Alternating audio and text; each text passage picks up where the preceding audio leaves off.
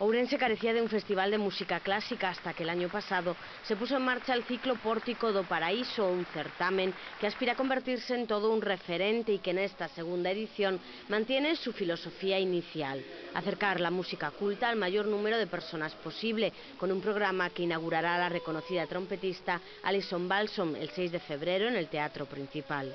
O feito, a posibilidade de poder traer a Ourense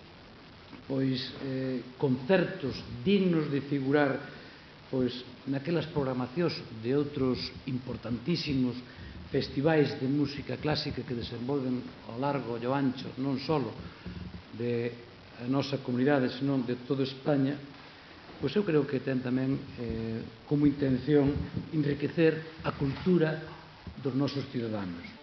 Tras conseguir el apoyo de nuevos colaboradores, el festival quiere seguir creciendo y de momento lleva un buen ritmo. Fai un ano falaba neste lugar do que nos gustaría que chegase a ser o festival no futuro. E agora, presentando esta segunda edición, podo afirmar que imos na dirección adecuada. Inda que lonxe da Semana do Corpus de Lugo ou do Festival de Zamora, capitais con menos habitantes que a nosa, pero que o ano 2008 contaron con senllos orzamentos de 150.000 euros, o noso festival experimentou para esta edición un considerable incremento orzamentario. Tanto es así que de los 33.000 euros de la primera edición se ha pasado este año a 72.000. El Teatro Principal, Santa Eufemia, Santa María Nay y la Catedral serán los escenarios de los 5 conciertos programados.